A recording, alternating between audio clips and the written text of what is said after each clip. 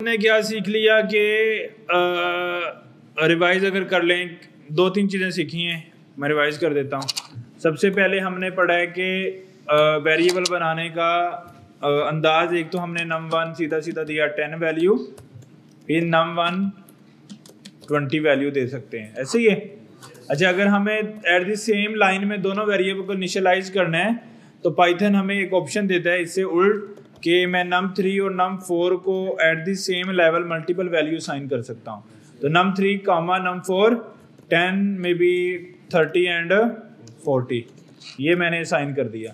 अगर आपने कोई ऐसे वेरिएबल बनाने हैं कि दो तीन वेरिएबल की सेम वैल्यू, एक ही वैल्यू सेट करनी है, तो मल्टी साइन वो भी ऑप्शन दे रहा है, लाइक ए बी सी तीनों को एक ही वैल्यू देनी है, डेट इज 10।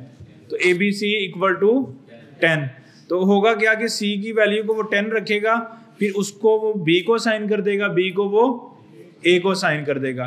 और इस कॉमा से तो उसको पता लग रहा है कि 30 उसने num3 में डालनी है और 40 उसने num4 में डालनी है। फिर उसके बाद हमने देखा है कि हमारे पास जो है दो नंबर का हम एक्सपोनेंट कैलकुलेट कर सकते हैं। वो कैसे? num1 multiply by double steric num2, तो इससे क्या होगा, दो नंबर का एक्सपोनेंट कैलकुलेट कर सकते हैं। तो अब 2 का अगर हम 3 से एक्सपोनेंट कैलकुलेट करें तो हमारे पास आंसर क्या आ जाएगा? हमारे पास आंसर आ जाएगा 8। तो अगर मैं उसको प्रिंट करूं तो हमारे पास आंसर क्या आ जाएगा? 8। तो अगर मैं टर्मिनल में इसका रिजल्ट देखूं तो हमारे पास आंसर आ रहा है 8। इसी तरह जिस तरह एक्सपोनेंट कैलकुलेट किया है, इसी तरह हम फ्लोर डिवीजन कर सकते हैं। किसी नंबर 1 को 2 टाइम डिवीजन करके num2 के साथ, वो हमारे पास ऑप्शन है। तो इसमें रिजल्ट क्या सेव होगा? फ्लोर डिवीजन, यानी कि डॉट पॉइंट के बाद जितने पॉइंट वैल्यू आएगा डिवीजन करने के बाद वो इग्नोर हो जाएगा। सिंपली फ्लोर डिवीजन ये काम कर रहा है, तो वो वैल्यू इग्नोर करके जो भी वैल्यू बन रही है वो हमारे पास आ जाएगी। रिजल्ट 1 को अगर मैं प्रिंट करता हूं तो चूंकि वो 0 पॉइंट समथिंग आया था तो उसने फ्लोर डिवीजन करके 0 कर दिया। अगर मैं फ्लोर डिवीजन ख़त्म कर दूं तो 0.66 वो नंबर आ रहा है। जैसे फ्लोर डिवीजन लगाऊंगा तो वो ख़त्म हो जाएगा। अगर बड़ी वैल्यू करेंगे, लाइक 10 को 3 पे डिवाइड करेंगे, तो आंसर क्या आ जाएगा? 3 आ जाएगा। फिर हमने देखा कि हमारे पास जिस तरह ये, अब हमारे अरिथमेटिक ऑपरेटर टोटल कितने बन गए हैं? 6 7। कौन कौन से? Plus, minus, multiplication, division, floor division, modulus and exponent. अगर हम उन सबको एट द सेम लेवल पे लगा देंगे तो क्या होगा?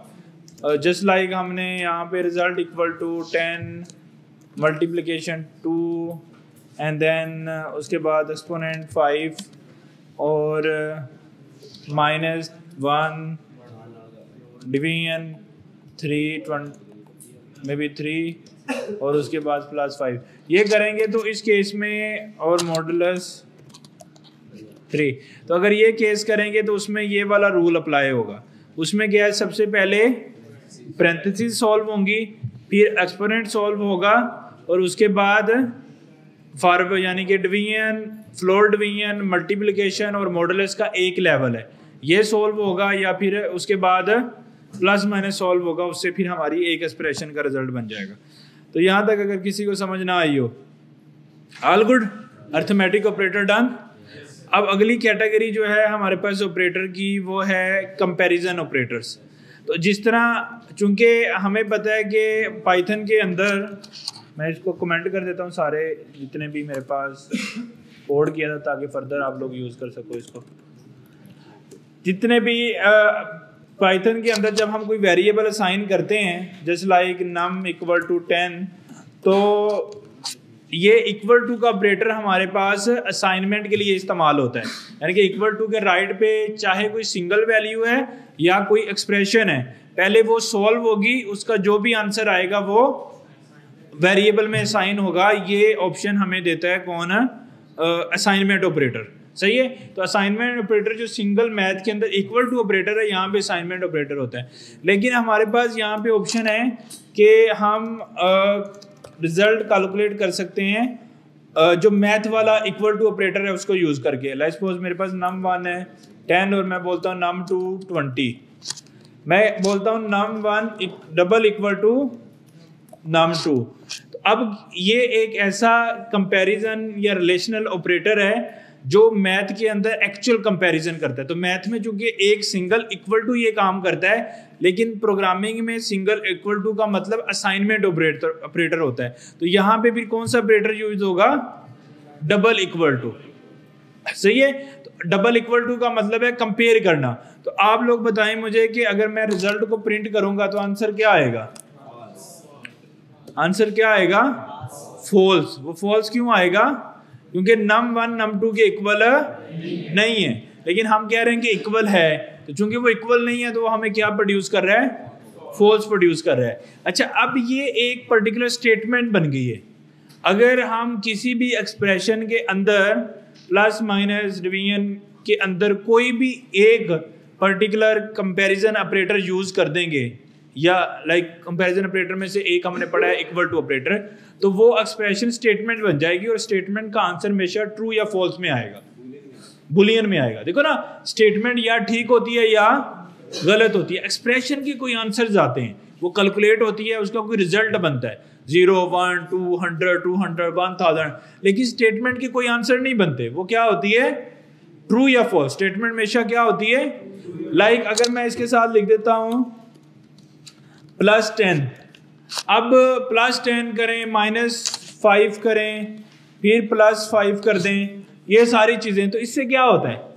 ये कैलकुलेट होती है ना, क्योंकि ये असाइनमेंट ऑपरेटर के राइट साइड पे लिखी है, इन सब ने कैलकुलेट होना है। अब अगर ये नॉर्मली मैंने ये खत्म करके यहाँ पे कोई भी वैल्यू वैसे लिखूं तो ये सब कैलकुलेशन हो गई, इसका कोई डिजिटल नंबर रिजल्ट बनता है, कोई कैलकुलेशन का कोई रिजल्ट आता है 10 20 30 100 200 1000। लेकिन अगर एक भी कंपैरिजन ऑपरेटर आ गया ना इस सारे प्रोसेस में, तो इसका आंसर क्या बनेगा? ट्रू या फॉल्स। मेरी बात समझ आ रही है? अगर पूरी एक कम्प्लेक्स, जिस तरह हमने पहले एक कम्प्लेक्स स्टेटमेंट लिखी थी, कम्प्लेक्स एक्सप्रेशन लिखी थी, उसमें अगर मैं एक भी कंपैरिजन ऑपरेटर लगा देता तो आंसर हमेशा क्या आना था? जिस तरह हम पहले कितना कंफ्यूज हो रहे थे ना कि 0.25 प्रोड्यूस होगा या 1 प्रोड्यूस होगा, 10 प्रोड्यूस होगा, 25, फिर वो कंफ्यूजन खत्म हो जाती। फिर हमारी कंफ्यूजन सिर्फ दो चीजों में बचती कि आंसर ट्रू आएगा या फॉल्स आएगा। तो अब मैंने जो भी कैलकुलेशंस लिखी हैं वो कैलकुलेट होने के बाद आंसर ट्रू या फॉल्स में आएगा। हालांकि हमने कैलकुलेशन ज्यादा लिखी हैं, लेकिन आंसर स्टिल ट्रू या फॉल्स के अंदर बन रहा है। बात समझ आ रही है? तो अगर हमने एक भी कंपैरिजन ऑपरेटर बीच में लिख दिया है तो आंसर क्या आएगा? ट्रू या फॉल्स। सही है। अच्छा, अब कंपैरिजन ऑपरेटर में एक ऑपरेटर हमने डिस्कस किया है, that is called equal to operator. तो मैथमेटिकल में जो एक्चुअल इक्वल टू ऑपरेटर है प्रोग्रामिंग में वो डबल इक्वल टू ऑपरेटर है। तो अगर 2 दफा इक्वल आ जाएगा तो समझो ये इक्वल है। तो अगर मैं कह रहा हूं कि 10 20 के इक्वल है तो क्या ये बात ठीक है या गलत है? गलत है। मैंने बोला ना, जब स्टेटमेंट बन जाएगी तो बात ठीक या गलत में दो ही केसेस हैं। एक्सप्रेशन में मल्टीपल केसेस हो सकते हैं कि क्या वैल्यू कैलकुलेट होगी, लेकिन नॉर्मल रिजल्ट में जस्ट आंसर आएगा ट्रू या फॉल्स, इसके अलावा कोई भी आंसर नहीं आएगा। तो जब आंसर कोई नहीं आ रहा तो उसको हम खत्म कर देंगे। तो अब अगर मैं ये बोल लूं कि हमारे पास num2 और num1 + 10 double equal to num2, तो क्या होगा? कैसे? num किसके इक्वल है? 10 के, और num2 20 के, और 10 और 10 आपस में क्या हो जाएंगे? प्लस, और इन दोनों का आपस में क्या होगा? कंपैरिजन, तो वो क्या हो जाएंगे? ट्रू हो जाएंगे। सही है। तो लेकिन बात समझने की ये है कि मैं जितना भी कॉम्प्लेक्स, इसमें मैं 50 अर्थमेटिक ऑपरेटर लगा दूं, 50 arithmetic, plus minus exponent modulus floor division जितने भी लगा दूं, एक भी कहीं पे लगा दिया ना रिलेशनल ऑपरेटर या कंपैरिजन ऑपरेटर, उससे आंसर हमेशा क्या आएगा? ट्रू और फॉल्स। उसमें कंफ्यूजन खत्म हो जाएगी फिर कि वैल्यू क्या बनेगी, उसकी कोई वैल्यू नहीं होगी, उसकी या वैल्यू ट्रू बनेगी या वैल्यू फॉल्स बनेगी। तो जो भी वैल्यू बनेगी वो मैं इसके अंदर सेट कर रहा हूं। तो इसकी वैल्यू ट्रू बन रही है, वो इस वेरिएबल में जा रही है, वो मैं यहां पे डिस्प्ले कर रहा हूं। सही है। तो इस वक्त इस रिजल्ट के वेरिएबल की टाइप क्या है? बुलियन। क्यों बुलियन है? अगर आप देखो ना यहाँ पे ये रिजल्ट टाइप बता रहा है, तो इसकी टाइप क्या है? बुलियन। तो ये बुलियन टाइप का वेरिएबल है, तो उसकी टाइप बुलियन है, उसके अंदर मैं कुछ भी बुलियन है सेव कर सकता हूँ। आप टाइप भी वेरिएबल की डिफाइन कर सकते हो, कॉलन लगा के स्टैटिक टाइप अगर आप डिफाइन करना चाहें बुलियन बुल। इसका मतलब है कि इसके अंदर क्या चीज सेव होने वाली है। और इतना मैं कंफिडेंट क्यों हूं? क्योंकि मैंने एक कंपैरिजन ऑपरेटर लगा दिया, इसलिए मैं कंफिडेंट हूं कि इसके अंदर क्या आएगा? बुलियन वैल्यू आएगी। तो किसी भी वेरिएबल के साथ कॉलन लगा के स्टैटिक टाइप भी डिफाइन की जा सकती है, लेकिन पाइथन जो है ना वो स्टैटिक टाइपिंग को सपोर्ट नहीं करता बाय डिफॉल्ट। हम ऐसे कर सकते हैं, लेकिन इसके अंदर स्टिल हम कोई नंबर भी प्रोड्यूस करके सेव कर सकते हैं, ये स्टिल अभी वैलिड है।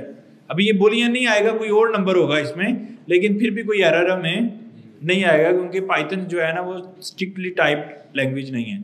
वो मतलब हम उसमें स्टैटिक टाइपिंग नहीं दे सकते।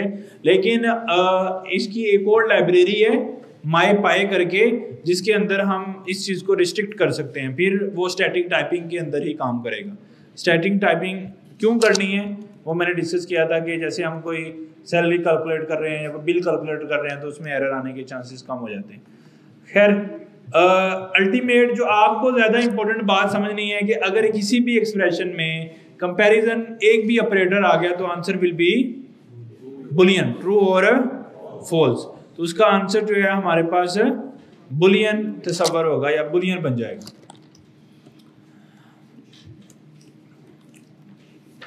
अच्छा, हम किसी भी वेरिएबल की टाइप भी देख सकते हैं। वो कैसे कि हमारे पास एक टाइप करके कीवर्ड है या फंक्शन है, उसके अंदर हमें उसको डालना है वेरिएबल को। लाइक अगर आपने ऐसे नहीं करना तो हम इसको एक और टाइप करके वेरिएबल बना लें या टाइप रिजल्ट उसको प्रिंट करा लें। तो उससे क्या होगा, हमारे पास रिजल्ट की टाइप क्या आएगी, इसमें क्या सेव होगा? बुलियन। तो बुलियन हमारे पास स्क्रीन में आ जाएगा। तो ये देखो यहाँ पे क्या आ रहा है, बोल। इसकी टाइप यानी कि बुलियन है, हम चेक कर सकते हैं। तो अल्टीमेट आपको जो इंपॉर्टेंट बात अंडरस्टैंडिंग करने वाली है कि कंपैरिजन ऑपरेटर हमेशा बुलियन रिजल्ट शेयर करेंगे। सही। तो इक्वल टू ऑपरेटर का समझ आ गया, क्योंकि दो नंबर आपस में इक्वल टू हैं तो उनको इक्वल टू ऑपरेटर करेंगे। अच्छा, नॉट इक्वल टू हैं तो वो क्या करेगा? अभी आंसर क्या आएगा?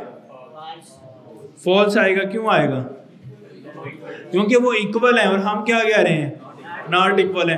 अब नंबर 2 और number 10 plus 10 not equal to number 20, तो प्लस 10 प्लस 10 क्या हो जाएगा? 20। 20 इक्वल टू 20 हैं और हम कह रहे हैं नहीं है इक्वल। बात हमारी क्या है? गलत। जब हमारी बात गलत है तो आंसर क्या आएगा? फॉल्स आएगा। ऐसे। अच्छा, ये जो प्रोग्रामिंग में सबसे इंपॉर्टेंट, सबसे ज़्यादा लॉजिकल ऑपरेटर है, जो सबसे ज़्यादा ऑपरेटर हम यूज़ करते हैं वो ये कंपैरिजन ऑपरेटर है। हम क्योंकि इसकी बेस पे हम देखो किसी चीज़ की, किसी स्टेटमेंट को ट्रू फॉल्स कह रहे हैं। लाइक अगर जितने भी सिनेरियोज देखें, मैंने किसी को मैसेज सेंड किया, वो गया या नहीं, ट्रू या फॉल्स। मैंने लॉगिन करने की ट्राई की, लॉगिन हुआ या नहीं, एरर आया या नहीं। तो हमेशा ज्यादातर हम स्टेटमेंट्स में खेलते हैं, ये काम हुआ है या नहीं हुआ, ये ट्रू है या फॉल्स है, ये ट्रू है या फॉल्स है। ज्यादातर हम इसी में यानी कि हमारा ज्यादा जो प्रोग्रामिंग में काम हो रहा होता है वो ट्रू फॉल्स में ही हो रहा होता है कि ये ट्रू है ये फॉल्स है। अगर ये हो रहा है, अगर मतलब हमारी कंपैरिजन में ट्रू आ रहा है या नहीं, अगर कंपैरिजन में ट्रू आ रहा है तो अगर ट्रू है, अगर कंपैरिजन में ट्रू नहीं आ रहा तो अगर ट्रू नहीं है। अच्छा, ये कंपैरिजन ऑपरेटर हो गया हमारे पास नॉट इक्वल टू। अब हमने दो कंपैरिजन ऑपरेटर डिस्कस कर लिए हैं, एक इक्वल टू और दूसरा नॉट इक्वल टू। सही है। अब तीसरा ऑपरेटर है हमारे पास ग्रेटर देन। मैं ये कहता हूं कि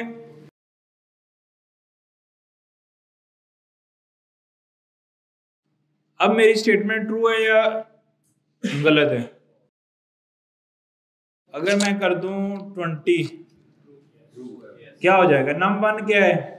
num1 प्लस 20 30, तो 30 ग्रेटर देन 20, तो आंसर क्या आएगा? ट्रू आएगा।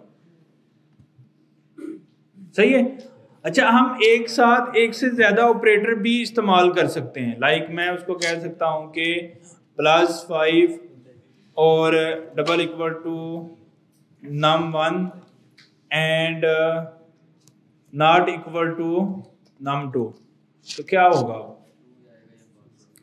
एक चीज तो क्लियर है, ट्रू आएगा या, क्योंकि मैंने कहा था एटलीस्ट एक हो, अब तो एक से ज्यादा है तो फिर तो फॉर श्योर ट्रू या फॉल्स आने वाला है, कोई नंबर और तो आएगा नहीं। अब प्रॉब्लम यह है कि ट्रू आएगा या फॉल्स आएगा, इसको कैसे फाइंड करें? तो इसमें थोड़ा खेलना पड़ेगा। यानी कि अरिथमेटिक ऑपरेटर और कंपैरिजन ऑपरेटर आपस में मिलके भी चल सकते हैं, लेकिन फिर जो जीतेगा वो कंपैरिजन ऑपरेटर है, क्योंकि कंपैरिजन ऑपरेटर हमेशा ट्रू फॉल्स प्रोड्यूस करते हैं, तो आंसर हमेशा ट्रू फॉल्स ही आने वाला है।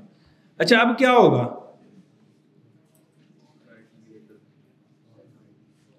पहले तो अरिथमेटिक ऑपरेटर सारे सोल्व हो जाएंगे ना, तो अरिथमेटिक ऑपरेटर पहले सोल्व करें, वो क्या होंगे? मतलब कंपैरिजन तो बाद में होने शुरू होंगे ना, पहले अरिथमेटिक ऑपरेटर सोल्व हो जाएंगे पहले सारे। तो पहले सारे अरिथमेटिक ऑपरेटर सोल्व करें तो क्या आंसर आएगा? इसका फॉल्स आते हैं। कितने लोग कह रहे हैं फॉल्स आएगा? कितने लोग कह रहे हैं ट्रू आएगा? जो कुछ भी नहीं कह रहे, भाई दो ही केसेस हैं, तो किसी में तो हाथ खड़ा करो, तब कोई तो चांसेस होंगे ना जीतने के। मतलब दो तो अलावा तो कुछ आ ही नहीं रहा।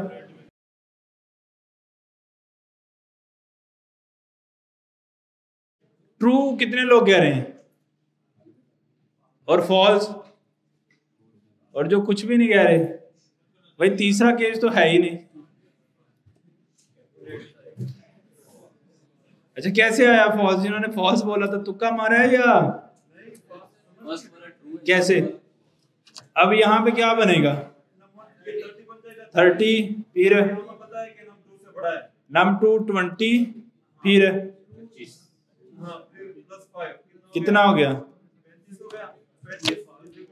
सॉरी 25 था, 35 नहीं था। फिर num1 की जगह पे क्या आएगा? 10, और इसकी जगह पे 20, और ये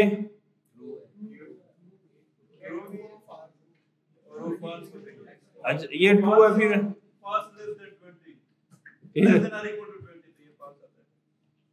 अच्छा, अब ये दोनों आपस में क्या हैं? फॉल्स हैं। तो अब एक भी फॉल्स आ गया तो सारे फॉल्स ही होंगे ना, बाय डिफॉल्ट सारे फॉल्स प्रोड्यूस हो रहे हैं। तो हाँ, यहाँ पे अभी कोई ऐसा ऑपरेटर तो है नहीं कि जिसने डिसीजन लेना है कि ट्रू फॉल्स वो, तो अभी तो हम सिर्फ कंपैरिजन पढ़ रहे हैं, तो कंपैरिजन में तो एक भी गलत हो गया तो सारे ही गलत हो गए। सही है। तो इस तरह ये अच्छा हो गया हमारा। अभी हमने तीन ऑपरेटर पढ़ लिए। इक्वल टू ऑपरेटर के लिए कौन सा साइन यूज होता है? Double equal to. और नॉट इक्वल टू, सही है। और greater than equal to, sorry greater than sign, सही है। इसी तरह जिस तरह ग्रेटर देन साइन है, इसी तरह हमारे पास जो है वो लेस देन साइन भी एग्जिस्ट करता है। सही है। अच्छा, उसके बाद ये ऑप्शन आ गया, ये ट्रू ठीक है। कैसे? num1 num2 से छोटा है, जो कि बात सच है। अगर मैं num2 को कह दूं कि num1 से छोटा है तो क्या आएगा? फॉल्स आएगा। क्यों फॉल्स आएगा? क्योंकि num2 जो है वो num1 से बड़ा है, छोटा नहीं है, तो इसलिए फॉल्स प्रोड्यूस हो रहा है। तो ये चीज आ गई। उसके बाद ग्रेटर देन इक्वल टू और लेस देन इक्वल टू। तो अगर मैं ये बोलूं कि इन दोनों को कर दूं 20-20, तो अब ये ठीक बात है या गलत बात है? कि देखो वो छोटा तो नहीं है ना ही बड़ा है, दोनों आपस में क्या है? इक्वल है। अगर मैं ये कहता हूं कि num2 या तो छोटा हो या इक्वल हो, तो आंसर ट्रू आएगा, क्योंकि दोनों में से एक ट्रू है तो ट्रू आएगा। अगर लाइक मैं कहता हूं कि 19, तो आंसर क्या आएगा? ट्रू आएगा ना, क्योंकि लेस देन इक्वल टू, तो 19 लेस देन है किससे? 20 से आर वाला स्टेटमेंट अप्लाई हो रहा है कि अगर num2 छोटा है num1 से तो ट्रू आएगा, या दोनों आपस में इक्वल हैं। अगर इक्वल वाला केस में मैं ये खत्म कर देता हूं तो अब आंसर क्या आएगा? अब क्या आएगा? फॉल्स आएगा, क्योंकि ये दोनों आपस में एक दूसरे से छोटे नहीं है, ये दोनों आपस में इक्वल हैं। उस केस को मैं कैसे टैकल करूंगा? इक्वल टू के केस से। अच्छा, अब अगर ये इक्वल टू का केस हो गया, अब इसके अल्टरनेटिव मेरे पास ग्रेटर देन इक्वल टू भी है। तो ग्रेटर देन इक्वल टू का क्या मतलब है कि या नंबर बड़ा होगा या बराबर होगा। दोनों केसेस में क्या आएगा? ट्रू आएगा। तो इस वक्त क्या आंसर आना चाहिए? ट्रू। और अगर मैं इसको कर दूं 18 तो क्या आएगा? क्योंकि दोनों कंडीशनें गलत हो गई, ना ये बराबर है ना ये बड़ा है, तो गलत है, तो फॉल्स आ गया। अब अगर मैं इसको 25 कर दूं फिर भी क्या आ जाएगा? ट्रू आ जाएगा। क्यों भला? बराबर भी है और बड़ा, दोनों कंडीशन ट्रू हो रही हैं, तो एक भी ट्रू हो रहा है तो ट्रू ही है। सही है। तो यहां तक किसी को कोई कंफ्यूजन के दोनों में कोई मसला, कोई क्वेश्चन, कोई कंफ्यूजन? No confusion. अच्छा, अब इन ऑपरेटर के साथ जैसे मैंने less than greater than equal to लगाया था, उसके साथ मैं कह सकता हूं कि +25। तो अब क्या आएगा आंसर?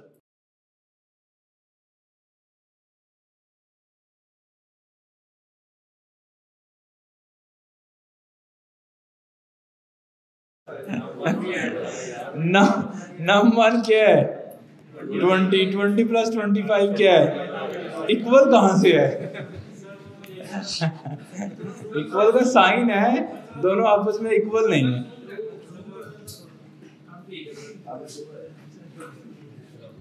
नहीं, अब तो वैसे ही बता दिया ना आपको। सही है। तो 25, तो इसमें क्या आएगा? फॉल्स आएगा। सही है। क्यों फॉल्स आएगा? क्योंकि ये नंबर आपस में, इसको सम किया और आपस में कंपेयर किया तो वो बात बन जाएगी। तो हमने क्या सीखा कि हमारे पास 5 किस्म के डिफरेंट कंपैरिजन ऑपरेटर हैं। कौन कौन से? Equal to, not equal to, less than equal to, greater than equal to, less than and greater than. तो ये 5 से 6 बनते हैं जो हमारे पास कंपैरिजन ऑपरेटर हैं। और ये अर्थमेटिक ऑपरेटर से सम होके भी चल सकते हैं, लेकिन जब भी कंपैरिजन ऑपरेटर और अर्थमेटिक ऑपरेटर आपस में सम होंगे तो रिजल्ट क्या आएगा? ट्रू या फॉल्स। रिजल्ट हमेशा बुलियन आएगा। लेकिन अगर आपके पास अर्थमेटिक ऑपरेटर सिर्फ आप लगाते हो मल्टीपल एक ही लाइन में, तो फिर आपका रिजल्ट कुछ ना कुछ इंटीजर वैल्यू प्रोड्यूस, मतलब कोई ना कोई नंबर प्रोड्यूस होगा। वो 10 हो सकता है, 20, 100, 100 समथिंग। लेकिन अगर एक भी कंपैरिजन ऑपरेटर आ गया तो आंसर हमेशा क्या आएगा? ट्रू या फॉल्स। हमेशा आंसर ट्रू या फॉल्स आएगा। अच्छा, नेक्स्ट हम सीख लेते हैं, ये हमने ये भी कंपैरिजन ऑपरेटर भी सीख लिए। अब हम जाएंगे लॉजिकल ऑपरेटर के ऊपर। सही है। अच्छा जी, लॉजिकल ऑपरेटर के अंदर एंड और नोट।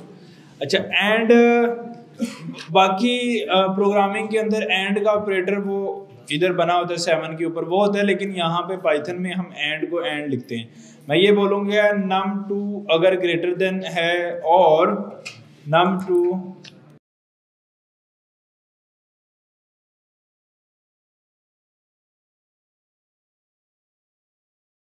हाँ जी, और के लेफ्ट पे एक स्टेटमेंट बन रही है और के राइट पे एक स्टेटमेंट बन रही है। और एक ऐसा सिंबल है जिसके अंदर एक साइड पे भी एक स्टेटमेंट ट्रू हो तो आंसर ट्रू आता है। लाइक हमने ये मैं उसमें पढ़ा होगा आप लोगों ने, ट्रू और ट्रू एंड ट्रू आंसर क्या होता है? ट्रू। और ट्रू एंड फॉल्स आंसर क्या आता है? ट्रू। और आर का केस हम डिस्कस कर रहे हैं। और फिर फॉल्स एंड ट्रू आंसर क्या आता है? True. False and false answer क्या आता है? फॉल्स। तो ये एक टेबल है जो हम अक्सर फिजिक्स वगैरह में पढ़ते हैं कि ट्रू को ट्रू से करें कंबाइन तो ट्रू आंसर आता है और के केस में, और ट्रू को अगर हम फॉल्स से करें तो ट्रू आएगा, फॉल्स को ट्रू के साथ करें फिर भी ट्रू आएगा, और फॉल्स को फॉल्स के साथ करें फिर भी ट्रू आएगा, सॉरी फॉल्स आएगा। तो अब चूंकि num2 num1 से बड़ा है या छोटा है, num2 num1 से बड़ा है तो ट्रू आ रहा है, सॉरी इसमें t बड़ा होता है ना थोड़ा, और num1 प्लस कितना बन रहा है 10, और 10 10 से बड़ा है तो फिर भी ट्रू है, एक ऐड किया हुआ तो दोनों ट्रू हो गए, तो ट्रू ट्रू आपस में ट्रू आ गया, तो इसलिए फाइनल आंसर क्या बन गया, ट्रू बन गया। तो ये, और लेकिन जो सीखने वाली बात है वो ये है पाइथन के अंदर और को और के ऑपरेटर के लिए OR ये यूज करना है, ये वाला साइन, मतलब इसमें कोई ये इंग्लिश वाले कैरेक्टर यूज करने हैं, और इसमें वो पाइपलाइन वाला, मोस्ट ऑफ द लैंग्वेजेस के अंदर जो और के लिए हम साइन यूज करते हैं वो ये पाइपलाइन है, ये मोस्ट ऑफ द लैंग्वेजेस में आपको ये मिलेगी, लेकिन पाइथन के अंदर ये इंग्लिश वाला और है, इसमें कंफ्यूज नहीं करना। यानी कि लॉजिकल जो ऑपरेटर हैं पाइथन के अंदर वो कैरेक्टर के साथ डिफाइन होते हैं, एंड को एंड बोलते हैं, आर को आर बोलते हैं, सो ऑन। अच्छा, अब इसी तरह अगर और का हमने बनाया, अगर मैं इसी तरह बनाऊं एंड का केस तो क्या बनेगा,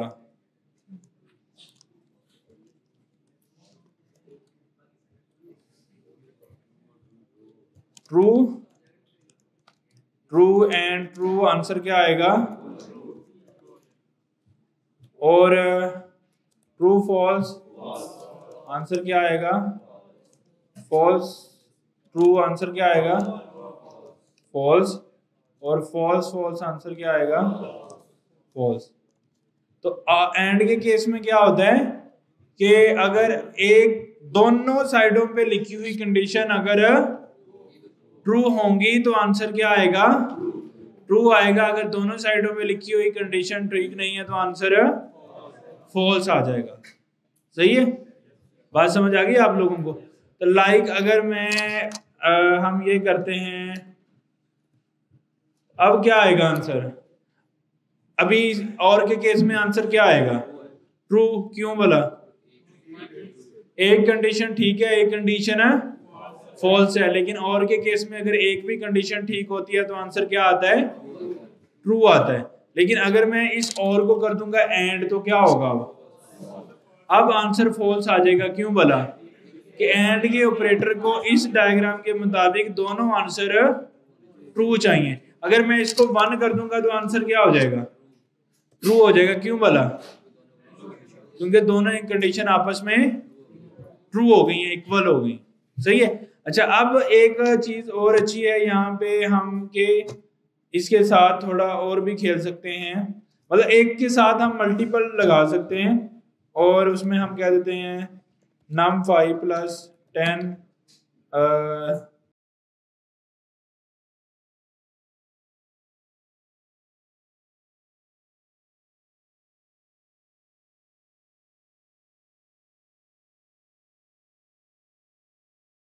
यानी कि हम एंड लॉजिक, अब हमने एक्चुअली क्या किया है, अर्थमेटिक ऑपरेटर वो कौन सा है, प्लस माइनस, उसको कंपैरिजन ऑपरेटर वो कौन से यूज किए हमने, ग्रेटर देन और इक्वल टू और greater than equal to, 3 comparison operator use किए, 2 हमने सॉरी वो अर्थमेटिक ऑपरेटर यूज किए प्लस और माइनस, और 2 हमने लॉजिकल ऑपरेटर यूज किए, और इन सबको आपस में मिला दिए। तो अब रिजल्ट क्या बन रहा है, मतलब ये 2 चीजें, मतलब हाँ, ये सारे ऑपरेटर आपस में मिलके भी चल सकते हैं, इसलिए मैंने इनको इकट्ठे लिखा है ऐसे। तो आपस में ये क्या रिजल्ट देंगे,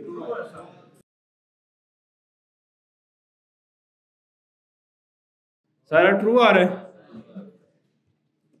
सही है, कैसे आया कि ये वाली स्टेटमेंट क्या थी, ये ट्रू थी, इधर तो मैं ट्रू लिख सकता हूं, अब ये वाली क्या है, ट्रू है, तो इसको भी मैंने ट्रू लिख दिया, और ये आपस में दोनों ट्रू हैं तो क्या आंसर होगा, ट्रू हो जाएगा। अब ये क्या है, num1 क्या था हमारे पास 9 9 प्लस 15 है 24 नम 2 क्या था 25 माइनस 20 और ये आपस में क्या है ट्रू है। तो इन दोनों में से एक भी ट्रू होता तो ट्रू होता, तो अब तो चूंकि दोनों ट्रू होते तो आंसर क्या आ जाएगा ट्रू आ जाएगा। अब क्या आएगा आंसर, एरर आएगा, ट्रू आएगा या फॉल्स आएगा?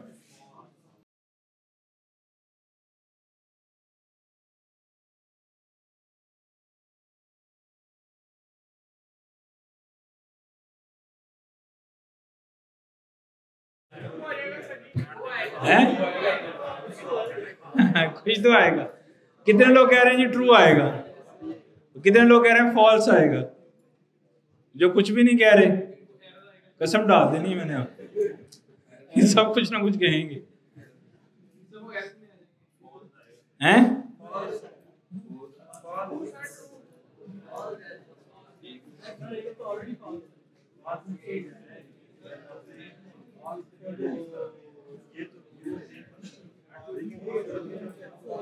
भाई ट्रू आ गया है, फॉल्स वाले कौन थे? कैसे भला है ये num 1 प्लस 10 ये क्या हो गया ट्रू, और एंड ये दोनों आपस में क्या हो गए फॉल्स। फॉल्स बीच में और नहीं लगा हुआ, तो ये चूंकि ट्रू है तो और के दरमियान ट्रू डाल के तो आंसर क्या बन रहा है तो फिर इतना कंफ्यूज क्यों हो रहे हैं? ठीक है, अच्छा इसको थोड़ा और ट्वीक कर लेते हैं। अब क्या होगा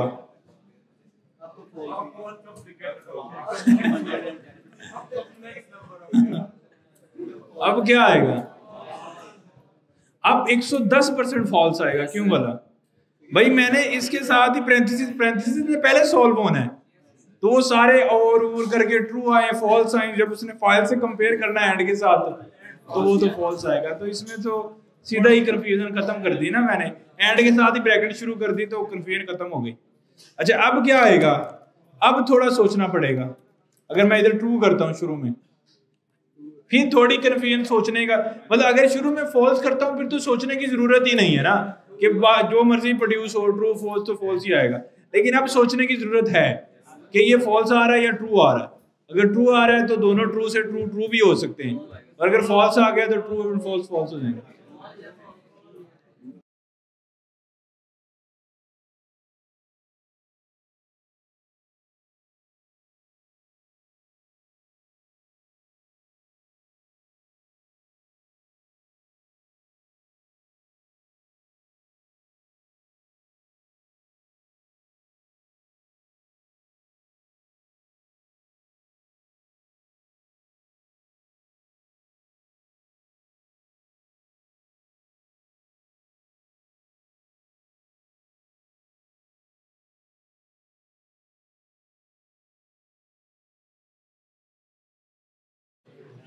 क्या बन रहा है? अच्छा फॉल्स कैसे आया है? कैलकुलेट करते हैं जल्दी से। सबसे पहले एक्सपोनेंट कैलकुलेट करना था ना, तो क्या आएगा 8, और इसको सॉल्व करें क्या आएगा ट्रू। ट्रू और ये आपस में क्या बनेंगे एंड?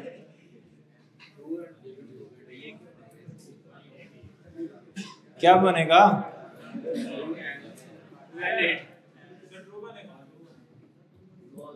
फॉल्स बनेगा। जब दोनों आपस में फॉल्स बनेंगे फिर क्या होगा? ये क्या है आपस में ट्रू हो गया। तो आपस में जब ट्रू ट्रू आपस में हो गए तो आंसर क्या बन गया? टोटल ट्रू बन गया। तो जब ट्रू ट्रू आपस में हो गए ट्रू बन गया, लेकिन नाट ने उसको फिर से क्या कर दिया फॉल्स कर दिया। अगर मैं ये सारा लिख दूं लेकिन नाट खत्म कर दूं तो क्या होगा? ये ट्रू आ जाएगा।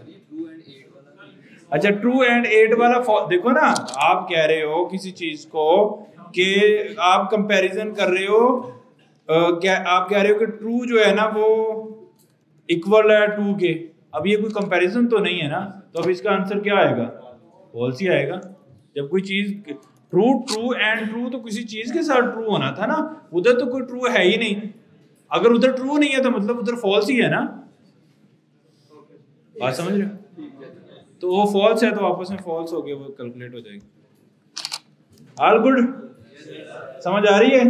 तो नॉट ऑपरेटर क्या करेगा, जो भी रिजल्ट आएगा फॉल्स होगा उसका उल्ट कर देगा। नॉट मतलब उसका उल्ट, तो उसका उल्ट क्या कर देगा, वो ट्रू को फॉल्स कर देगा, फॉल्स को ट्रू कर देगा।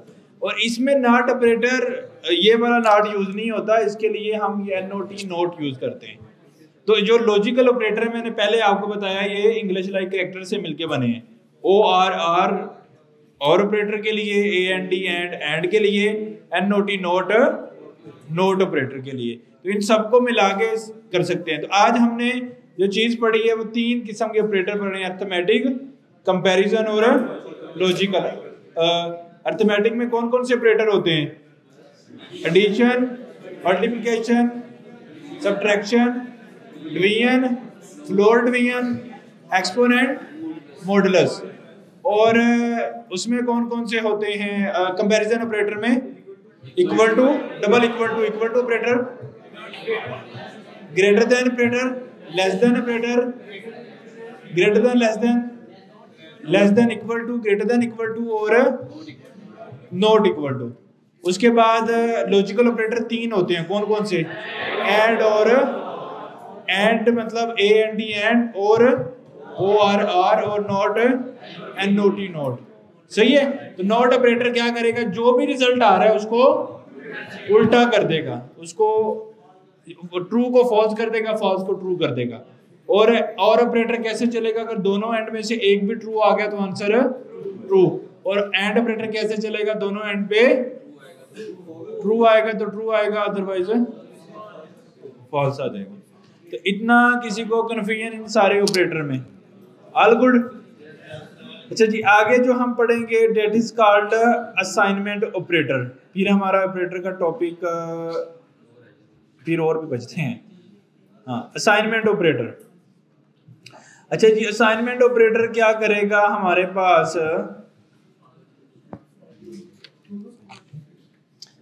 अगर मैंने क्या करना है, मेरे पास एक वैल्यू है A और उसमें वैल्यू पड़ी है 10, फिर एक वैल्यू पड़ी है, मैं चाहता हूं कि इस A के अंदर 5 मजीद ऐड कर दूं, यानी कि इसी A को मैंने फिर 15 करना है।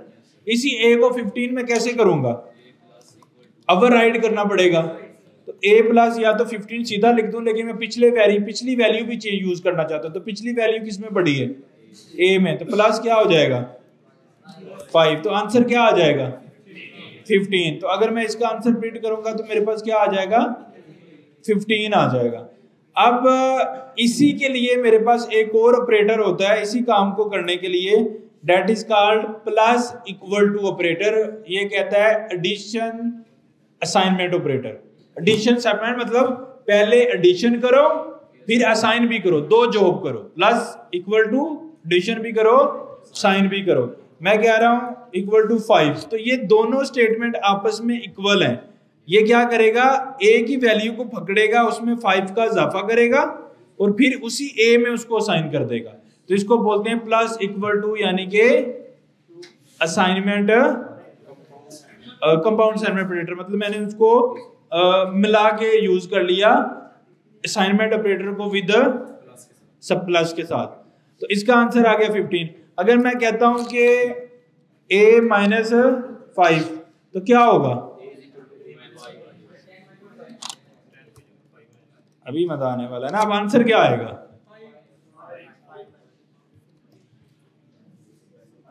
क्या आंसर आएगा,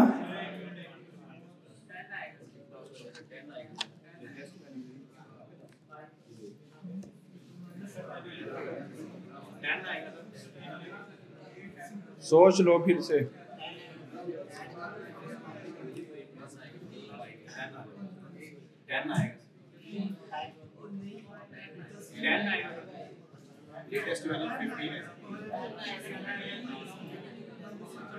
क्या आएगा,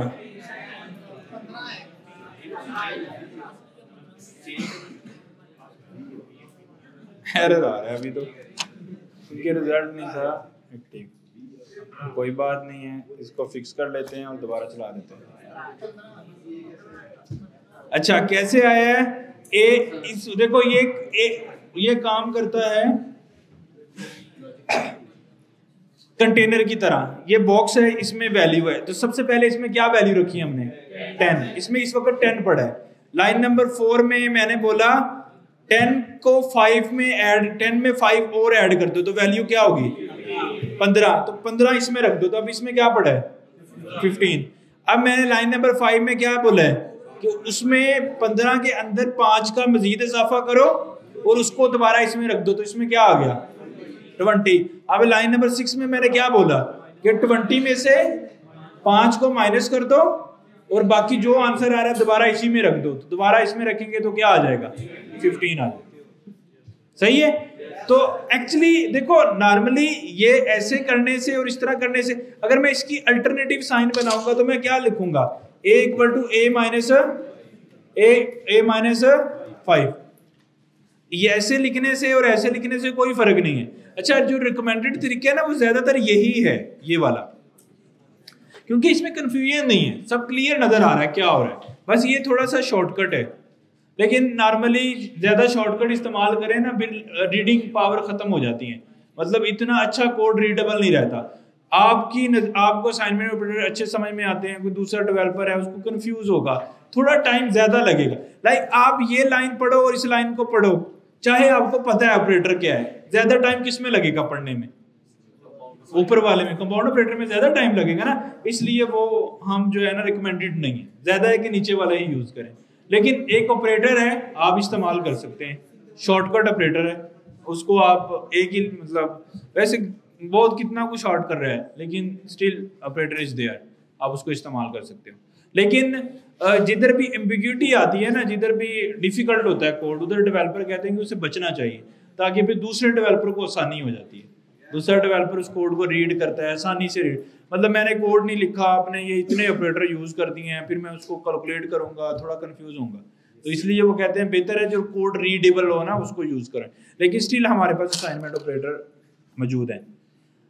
अच्छा जी, ये मल्टीप्लाई क्या करेगा, मल्टीप्लाई उसी वैल्यू जो ए में जो पहले वैल्यू थी उसी को मल्टीप्लाई करके जो नई वैल्यू आएगी वो दोबारा किस में रख देगा, ए उसी कंटेनर में रख देगा। डिवीजन क्या करेगा, वैल्यू उठाएगा, उसको जो भी आपने 5 दिया उससे डिवाइड करके जो वैल्यू आएगी वो ए में रख देगा। ये क्या करेगा, वैल्यू उठाएगा, मॉडुलस निकालेगा, जो मॉडुलस आएगा उसको ए में रख देगा। ये क्या रखेगा, क्या करेगा,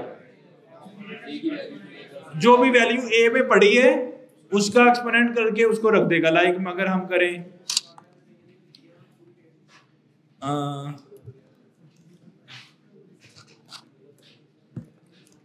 ए में अभी क्या पड़ा होगा इस वक्त,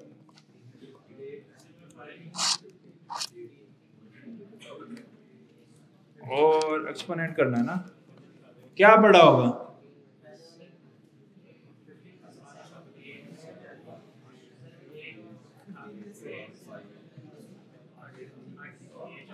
ज्यादा बड़ी वैल्यू कर दिया, ये कर लेते हैं आसानी से हो जाए, 2 कर दिया ताकि और आसान हो जाए। क्या आ जाएगा 2 के साथ भी,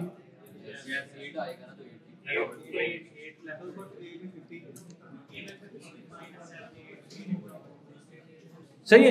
एक्चुअली इसका मतलब क्या है, ये जो मैंने काम किया है इसका मतलब है ए और ये यही मतलब है ना इसका, तो उसको ऐसे लिख लें या ऐसे लिख लें, एक ही बात है। सही है। तो असाइनमेंट ऑपरेटर समझ में आ गए, ये वाला। और फ्लोर डिवीजन क्या करेगा, वैल्यू लेगा, उसको 5 से फ्लोर डिवीजन करके जो वैल्यू आएगी दोबारा उसी कंटेनर में डाल देगा। तो ये तब यूज होते हैं जब हमने छोटी छोटी कैलकुलेशंस करनी है, उसी की वैल्यू को रीड करके कोई सब्ट्रैक्शन एडिशन मल्टीप्लिकेशन डाल के उसको दोबारा उसी में डाल दें। लेकिन ये आपको ना बहुत कम नजर आएंगे लगे हुए। आप किसी का पाइथन का कोड बड़ी बड़ी लाइब्रेरी भी रीड करोगे ना, आपको इस तरह का कम ही नजर आएगा। वो मैंने रीजन बताई है, डेवलपर बोलते हैं कि ज्यादा रीडेबल कोड करो, जो बात ज्यादा समझ में आ रही है उसको उस तरह से लिखो, ताकि दोनों ऑप्शन अवेलेबल है। फिर रीडेबिलिटी मैटर करती है कि जो ज्यादा रीडेबल है उसको यूज करो। अच्छा जी, आगे हमारे पास है मेंबरशिप ऑपरेटर। ये फाइंड करता है कि अगली चीज उसमें है या नहीं, फिर फॉल्स या ट्रू रिटर्न करता है। लाइक मैं कहता हूं मेरे पास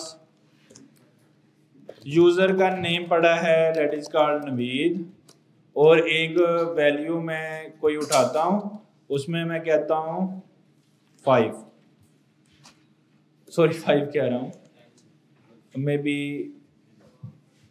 वी कह देता हूं, सही है। तो मैं एक रिजल्ट कैलकुलेट करना चाह रहा हूं and that will be the के वैल्यू जो है इन है किसमें, यूजर नेम में, वी है या नहीं उसमें है। अगर मैं लिख देता हूं टी, फिर क्या आएगा, फॉल्स आ जाएगा। अच्छा मैं लगा देता हूं नॉट इन, तो क्या होगा, ट्रू हो जाएगा। क्यों भला, उसमें नहीं था तो उसने नॉट कर दिया तो वो उल्टा हो गया उसमें। बात समझ आ गई। तो एक इन का ऑपरेटर है, एक नॉट इन का ऑपरेटर है। तो इनको हम बोलते हैं मेंबरशिप। मतलब एक बड़ी मेरे पास कोई स्ट्रिंग है, उसमें से मैं कोई कैरेक्टर को ढूंढना चाह रहा हूं, ये उसमें है या नहीं है, तो उसमें इन या नॉट इन हम लगा के हम इसको अच्छा ये सिर्फ स्ट्रिंग के साथ नहीं चलते, ये और बहुत सारी चीजों के साथ चलते हैं ये इन नॉट, लेकिन चूंकि वो हमने पढ़ी नहीं है तो इसलिए मैं उनके साथ आपको करवा नहीं रहा। जब हम वो टाइप्स भी पढ़ लेंगे ना, जैसे हमारे पास पाइथन में टुपल्स होते हैं, डिक्शनरी होती है और इस तरह की लिस्ट होती है, वो सारी चीजों में भी ये चलते हैं, लेकिन चूंकि वो मैंने पढ़े नहीं है मैं उसकी एग्जांपल नहीं करा सकता। इन ऑपरेटर को हम बाद में भी पढ़ेंगे। तो जो कंट्रोल हम पढ़ते जा रहे हैं अगली सारी एग्जांपल में ये मिक्स करके यूज करेंगे, यही लॉजिकल बिल्डिंग है, सही है। तो ये जितने हम इसको यूज करेंगे उतनी ज्यादा हमारे अंदर फिर स्किल्स आती जाएंगी। अच्छा नॉट इन के बाद हमारे पास है आइडेंटिटी ऑपरेटर। इज क्या करेगा, मैं बोलता हूं कि is value is user name, तो ट्रू है या फॉल्स है, ट्रू है। तो मतलब दोनों चीजें आपस में इक्वल है या नहीं है। तो अगर वो दोनों चीजें आपस में इक्वल हैं तो इज होगा, अगर इक्वल नहीं है तो इज नॉट, मतलब ये आपस में इक्वल नहीं है। उस केस में फिर वो क्या प्रोड्यूस कर देगा, फॉल्स। वो भी यूज कर सकते हैं, लेकिन ये ऑपरेटर, लेकिन वो डबल इक्वल टू ऑपरेटर बाकी चीजों में नहीं चलते ना। इसमें तो ये चल रहे हैं, स्ट्रिंग में डबल इक्वल लगा के मैं चेक कर सकता हूँ, नॉट इक्वल लगा के चेक कर सकता हूँ। लेकिन अगर मेरे पास वो लिस्ट हो और भी दो लिस्टों को मैं कहूँ कि ये आपस में सेम है या नहीं, तो फिर डबल इक्वल टू लिस्ट आपस में ऐसे इक्वल टू लिस्ट तो नहीं हो सकता ना, फिर वहां पे वो नहीं करते। एक्चुअली ये जो है ना मेंबरशिप ऑपरेटर और ये सॉरी आइडेंटिटी ऑपरेटर, ये ज्यादा स्ट्रिंग में तो हम नॉर्मल कंपैरिजन ऑपरेटर से भी काम चला सकते हैं। ये यूज होते हैं एक्चुअली आगे जो अगली टाइप्स पढ़नी है, मैं उनमें इसलिए नहीं आपको करा पा रहा है क्योंकि वो मैंने पढ़ाई नहीं है। जब मैं पढ़ाऊंगा तो उधर फिर ये उधर बड़े यूजफुल है, फिर यहाँ पे कंपैरिजन ऑपरेटर उनमें यूज ही नहीं हो सकते, वो फिर हमें लूप चलाना पड़ता है और फिर सारी चीजें, वो भी के लिए मैं नहीं करा रहा। लेकिन अभी आप ये समझो कि स्ट्रिंग में भी मेरे पास ये ऑप्शन है, इज सेम है, इज नॉट सेम नहीं है। तो अगर एक स्ट्रिंग दूसरी स्ट्रिंग से सेम नहीं है तो इज नॉट, अगर सेम है तो इज। और इन अगर एक सब स्ट्रिंग किसी स्ट्रिंग में है, हाँ नॉट इन, अगर एक सब स्ट्रिंग किसी स्ट्रिंग में नहीं है तो नॉट इन। तो ये सारे ऑपरेटर हो गए। तो हमने आज क्या कवर किया, ऑपरेटर्स की टाइप क्या होती हैं, फिर उसमें से arithmetic operator, comparison operator, assignment operator, logical operator, membership operator और आइडेंटिफाई ऑपरेटर। और उसके साथ एक दो ऑपरेटर मैंने नहीं पढ़ाए, जैसे बिट वाइज ऑपरेटर नहीं पढ़ाए क्योंकि वो इतने ज्यादा यूज भी नहीं होते। अगर आप पढ़ना चाहें तो आप गूगल कर सकते हैं, मैंने लिख दिया है, ये भी कोई टाइप होती है, लेकिन ये बाइनरी लैंग्वेज के साथ चलते हैं, इतने यूजेज नहीं है इसके अंदर, तो इसलिए मैंने उसको स्किप कर दिया ताकि हमारा टाइम ना जाए। बट स्टिल आप लोग गूगल कर सकते हैं अगर आपने करना है।